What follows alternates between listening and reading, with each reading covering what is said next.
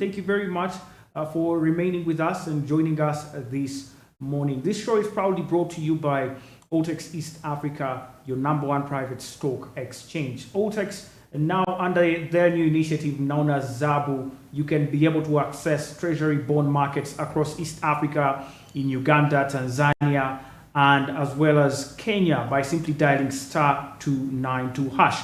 If you are a buyer or a seller, this is a platform for you to actually utilize to buy and even learn more about some of the products at OTEX East Africa. They do have an exchange traded fund as well on the treasury bonds across East Africa. You can invest as low as 15,000 shillings and transact money off of your mobile money by simply dialing *292#. OTEX markets open at 15 minutes past 8 a.m. and close at 15 minutes past 3 p.m.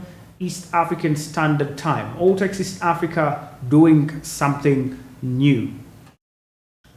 Now, ladies and gentlemen, back to our program. And of course, today we are having a special masterclass at Law School in MARKERT University, led by Clet and Skill Haven. They are talking about the untapped space of blockchain and the law, and how we can incorporate the law in blockchain so we can have better financial inclusion and also better utilization of the technology in Uganda. Of course, we have our reporter Martha there, and currently we do have live feed coming in from the center there, and of course a speech coming from Mr. Kwame Rugunda, who is the Blockchain Association chairman of Uganda.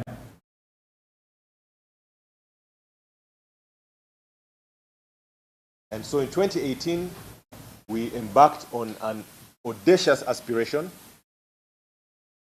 to invite the world to Uganda. We said, now that we have some knowledge, let us see what this knowledge means for us as Uganda. And so we began organizing the Africa Blockchain Conference 2018. It turned out to be Africa's biggest blockchain conference. It turned out to be a turning point in the story of blockchain in Uganda. It turned out to be quite controversial because it had a clash between two leading figures in our country, the governor of the central bank and the president of the nation. And the next day, the media ran a story of how this clash had happened. And so we ended up by aspiring to create a BHAG, a big, hairy, audacious goal. We found that we had emerged, we had come into the center of conversation in our nation. The event hosted over 1,000 delegates from 33 countries around the world. The president was the keynote speaker. And in his traditional sense, he explained blockchain in a very simple way. Because the room was full of, it had a variety of audiences. It had technologists, it had policy people, it had regulators, it had enthusiasts, it had scammers as well. A group which I need to talk about as well in this discussion. And the president said that he has taken time to understand what we're talking about. And he said, why are you people confusing the wananchi? Don't talk about blockchain things. What you're describing is a record book. And so the president was able to really break down the complexities of blockchain into the understanding of an ordinary person. And he said that what you guys are talking about is actually a record book. It's a book where people keep records. But this book is very different from the way people keep records today. And he said, if I am a farmer and I have my cows in Ankole, and I come to the abattoir here in Kampala, the abattoir people, before we agree on a deal, they will have the same information of my cows in Ankole. And that's exactly what a blockchain is. The president had grasped it and was able to explain it in ordinary language. Now, it became very important. We realized that we cannot continue speaking in high-sounding terms. If we are to make any impact in society, we must be able to translate the complexities of African men speaking Greek in China into the language of ordinary wananchi. And this is the real challenge that technologists or those interested in technology have. And so the Africa Blockchain Conference, like I mentioned, was a watershed moment. Not only were we able to attract the attention of government, of the private sector, but we also had the largest exchange in the world participate in the event. And not only participate, but they were a key sponsor to the event. And so the Africa Blockchain Conference of 2018 produced many things in this country. The central bank was able to set up a blockchain working group. Government of Uganda decided to begin working on a national task force on the fourth industrial revolution, which was launched in 2019 by the president. Just yesterday, Robert, myself, and a team of about 20 others officially handed over the report that had been prepared by the national task force on the fourth industrial revolution to the Prime Minister, such that Cabinet can begin to consider what are these 4IR technologies? What do they mean for our people? How do we translate them into our national development plan? So all of this that I'm mentioning now is a result of a BHAG, as a result of setting audacious goals, as a result of trying, punching above our weight. And so as potential experts in blockchain and the law, I implore you to dream big. Not just to dream big, but to dream very big. Aspire, do greater things than those that have gone before you. If we said we are going to set up Africa's biggest conference on blockchain, and we were quite successful, what are yourselves going to do? In other words, the bar, what we did is the minimum that yourselves should be thinking about. I hope I'm clear. Okay? So I want yourselves to think about much greater things, much higher things. You see, we carried an aspiration in order to, we carried an aspiration for our country to be on the global stage. We said that in conversations on technology, Uganda features nowhere. So we said, what can we do in order for Uganda to have a seat on the global conversations on technology? And so we were able to do so by setting an audacious goal. And so it's the second thing I'd like to leave with yourselves. But I also want to add, before I move to the third thing, something about BHAGs. When you punch above your weight, you're likely to realize improbable results. Improbable means that the things that you achieve are things that are probabilistically difficult, meaning the probability of achieving something is low. Let me give you an example. The probability of the son of a Kenyan man who is skinny and has a funny name becoming the president of the United States of America, it's a very low probability. So you can achieve things of very low probability once you set very high aspirations. And I'm going to tell you what we were able to achieve that we didn't expect. I mentioned a few minutes ago that we traveled to China. Now, as we were traveling to China, and I want you guys to pay attention to this. As we were traveling to China, we were in an airport and we saw a magazine. On that magazine was a cover of Forbes. It was a Forbes cover that had Changpeng Zhao, who is the CEO of Binance. We looked at the magazine cover on our way to China, and one of us who was on the team said, but how can we reach such a person? How can we access such a person? Because the magazine was celebrating crypto billionaires. That's what Forbes magazine that December was doing, December 2017. You know, when you see someone on the cover of a magazine, they are very far away from you. And I don't mean far physically. I mean, the probability that you'll meet them is very low, in other words, because they're on the cover of a global magazine. But that was the only encounter that we had. So we went to China, we came back, and by the way, he's Chinese, so we didn't see him in China. We came back to Uganda.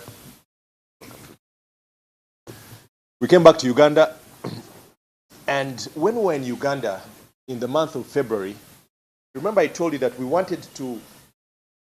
were doing use cases. We wanted many people to understand blockchain. So we kept asking ourselves, what does blockchain mean in agriculture, in education, in different industries? And so we were speaking with someone to explain to them about blockchain in agriculture. And this person that we were speaking about asked us a very interesting question. Random question. They asked us, have you heard of a company called Bitfinance? We said, we've never heard of that company. The person said either Bitfinance or Binance or something like that. We said, Binance sounds a bit familiar. We haven't heard of Bitfinance, but we've heard of something that sounds like Binance. So the person said, remember, this is someone we're explaining blockchain in agriculture to. And the person told us that I have a friend who is Chinese. And my friend who is Chinese says that they know someone who works with that company called Binance. We said, are you sure? The lady said yes. Remember, we were pitching blockchain in agriculture. We were doing our work, trying to proliferate knowledge on blockchain. And so the lady said, yes, I know someone. And so we said, okay, set up a call. And lo and behold, the person that she was connecting us to was the person on the cover of that magazine. The probability of that happening is very, very low. But you only stumble upon these improbable things once you pursue audacious goals. So there are things that you will realize by being audacious, by having audacity, by punching above your weight. But there are many, many things that you will not be able to fathom, but they'll just somehow fall in place. And that is how Binance, we connected with Binance, and Binance came and attended the event that I was telling you about. And that's how Binance Uganda started. And Binance Uganda was the first, what they call the first crypto to fiat platform. Uganda was the first market where Binance set up a fiat platform. So as a second point, I want yourselves to remember that you should pursue audacious goals. An example of an audacious goal, by the way, as lawyers, I want yourselves to think about how Uganda can have the best laws on blockchain. This is something within your grasp as young legal minds. And once a nation like Uganda has the best laws on blockchain, this naturally will translate into attracting the world to Uganda. Businesses globally, capital globally is looking for environments, for ecosystems, for places where it can land. And a good, clear regulatory environment is one example of such. Yourselves as a BHAG, that is just one example. But since I've already told you that one, you shouldn't consider it. That's the minimum you should consider. So the minimum is we have the best laws on blockchain from yourselves. The minimum is that you can have an event at Africa Standard. The rest I will allow your imagination to create. Point number 3 that I would like to leave you with. The first one that we spoke about was deepening your knowledge. The second one that we spoke about was BHAG. Great. And you all know what BHAGs are, correct? The third one that I'd like to leave you with as potential experts, or experts in the making on blockchain and the law, is the concept of courage. And I will share some experiences from our own journey about this concept of courage. Because I want to encourage you. I want to encourage you that the field you're getting into, the space that you operate in, will require you to be bold, will require you to be courageous. And it's good that you're law students, because lawyers have a tenacity to challenge the status quo, have an ability to stand up boldly to institutions. Now, I mentioned a few minutes ago that our conference had many scammers, and yourselves laughed.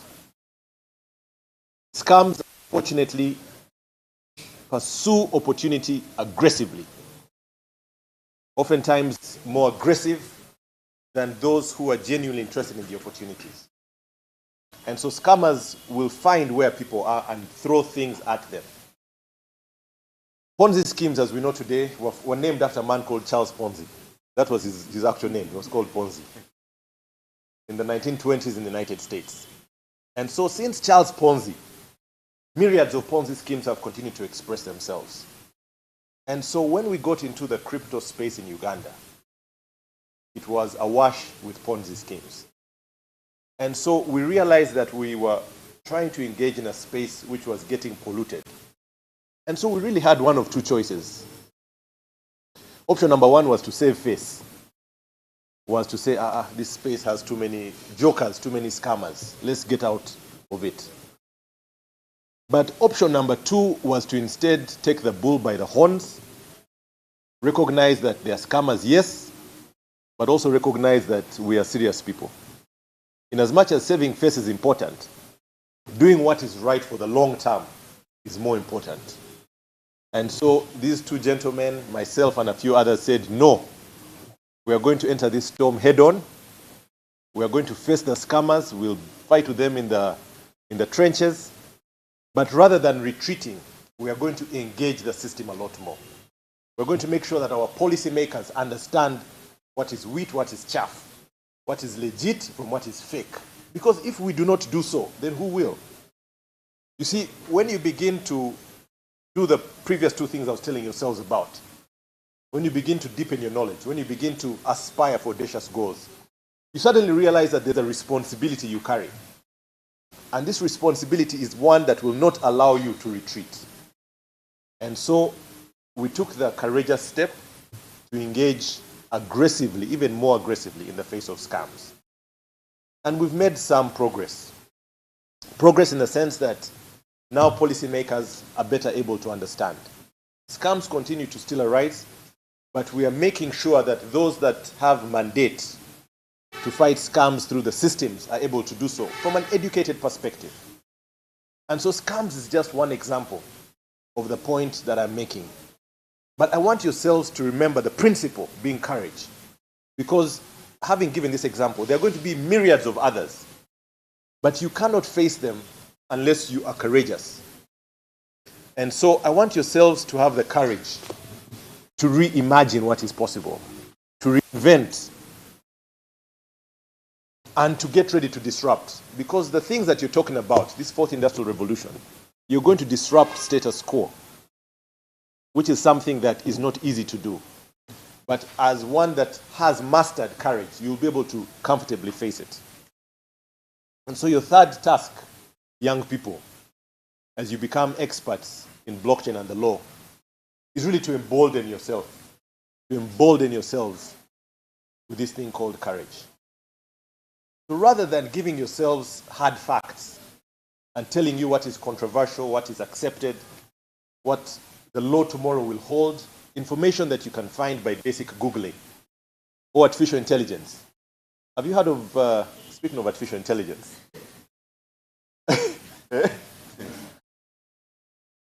who has heard of this thing called GT Chat? Is it GT Chat or Chat GT? You've heard of it. You guys know that this thing can put you out of work in no time. I'm sure you know this, right? Now, because information is publicly available, if you pull up that AI tool right now and just search what are the issues of blockchain and the law, everything that you'll read is there. But there are things that are not there for sure. And these are the things that we are sharing with you here now. And so as this third task that I'm leaving with yourselves to become experts in blockchain and the law is really to embolden yourselves courage. And so in conclusion, the three things are to build your knowledge as much as you can. Individually, collectively, hold hands together. Identify where the gaps are. Some of yourselves might be technologically inclined. Some of yourselves may be coders. Some of yourselves may be designers. You can picture how things should be. Some of yourselves may be better at managing projects. Some of yourselves are not interested in legal issues at all. But I presume this is... No one here cannot be interested in legal issues. Otherwise, that's a different issue to address.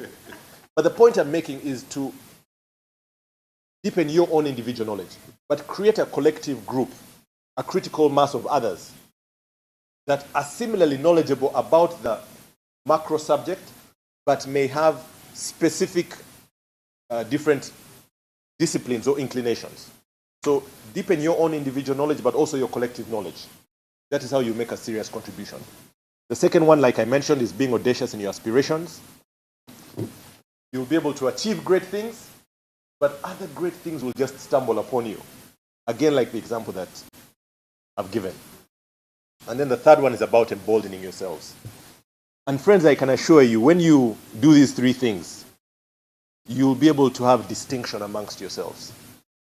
And not just distinction as experts in blockchain and the law in Uganda, but for sure distinction as experts on blockchain and the law in Africa and globally. We continue to be approached by various institutions. We get calls regularly, constantly. And we have emerged as a group of knowledge experts, not just in Uganda. Robert was mentioning a few minutes ago that I sit on an important council, a World Economic Forum Council on cryptocurrencies. And these are quite important fora.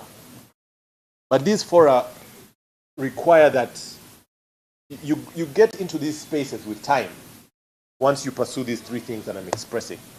And again, when you get into these places, you realize that you carry even greater responsibility. I'll just give one example. Some of these fora where Noah sits, or Robert sits, or myself sit, we find ourselves as the only Africans. So you're the African voice there. In other words, you have 1.something billion people who you're representing. But you cannot do that if you do not know what you're talking about. Because your shallowness, your inability to express yourself, will be representative of millions or billions of others. So you have to be up to the task. And so today, even in our own country, we are privileged, whether it is the central bank, whether it's intelligence authority, financial intelligence authority, whether it is capital markets authority, any of the agencies, whether it's UCC, whether it's NITA, whether it's cabinet, whether it's parliament, whenever there's a conversation on this subject, our team are the ones that people reach out to. And that place of privilege that we are speaking about, where we can provide industry knowledge as thought experts, is one that we have grown into over time. But that is the minimum that yourselves should be able to do. We expect that yourselves will do much more than we have done. The world stage is waiting for you. Deepen yourselves and go out and represent us greatly. Asante sana.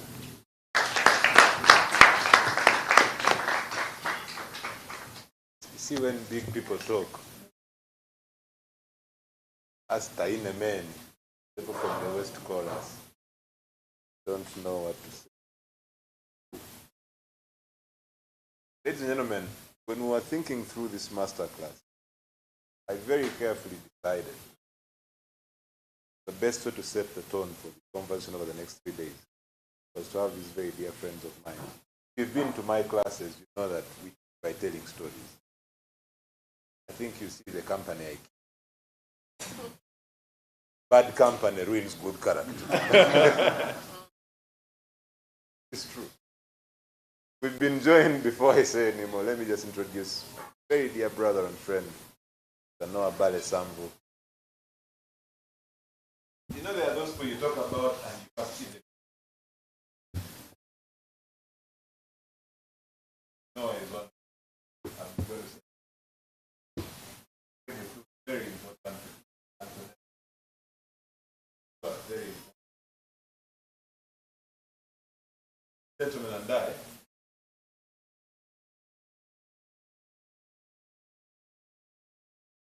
Part of this.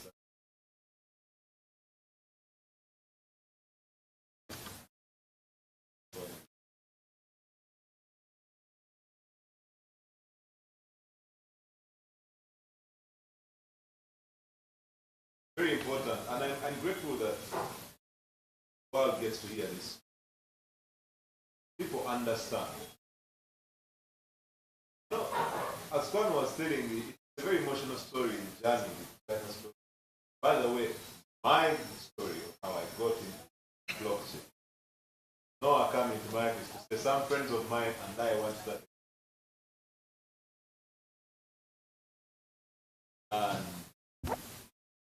And that's how it all starts. And I said, this company, what are you guys going to do? And as he began to explain, I actually got a notebook. I still keep that notebook. And he gave me 7 reasons why, as a lawyer, it was very important for me to understand blockchain. I actually should send for that notebook. I still have the notebook from 7 years ago. And when he was done, I don't understand why I call him a rock. But thank you very much, Kwame, because many people in society have confused where we started from all those years ago. As when you said blockchain, people had Bitcoin. And half the number who had Bitcoin, really in their minds were thinking about a scam. The reality, and by the end of this weekend, you will know that blockchain is about a lot more than just cryptocurrency, than just scam. That's really the goal here. And also to see where do lawyers fit into that picture. But that journey and the points that Noah has shared, if you think about it, Kwame has shared, if you think about it, Bank of Uganda, CMA, Ministry of Finance, the Uganda Police, Parliament of Uganda.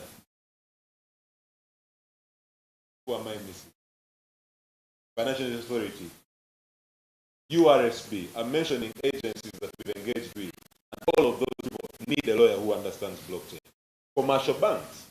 The other day, one of the biggest banks in Uganda was asking us to do another blockchain conference next year. And we were saying, guys, conferences. No, you guys have to organize the conference. This is what all comes from. But does anyone have questions? Take it away. I hope that as you were listening, I was peeping at his notes and I could see that he was struggling to stay within certain time limits. He should have told you about FTX and the Savannah journey. But we're grateful. So when Smart24 wants to engage blockchain, and usually Kwame will call me and say, these guys want, are you available? And anyone in the ecosystem, Savannah ecosystem, can speak. Now, we are going to start saying, guys will start saying, who of those young people is available? And that's how it starts. That's how it starts. You see them here, they're extremely humble people, they're very bad. From the bottom of my heart, thank you. The Blockchain Association, by the way, has a membership now. The exchanges alone, for experience, you mentioned, by the way, the exchange he was talking about is still active all those years later. It's gotten better now. Go to the also.com. That's the cryptocurrency exchange. And Noah first mentioned, we want to preserve the name Binusu. I thought, God, what a name. Just rolls off the tongue like this. So no, you can't get that name with you. But yes, any questions for one? Yes, sir. How do you carry that up in example about that's a big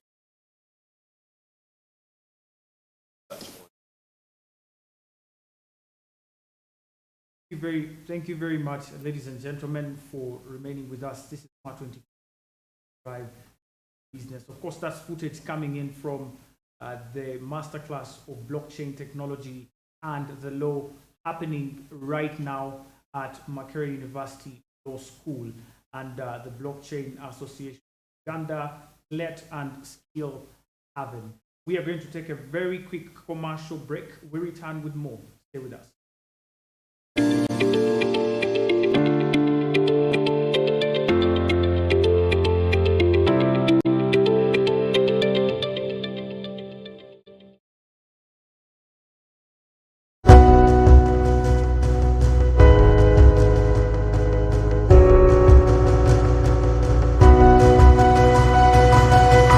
Smart24, driving business.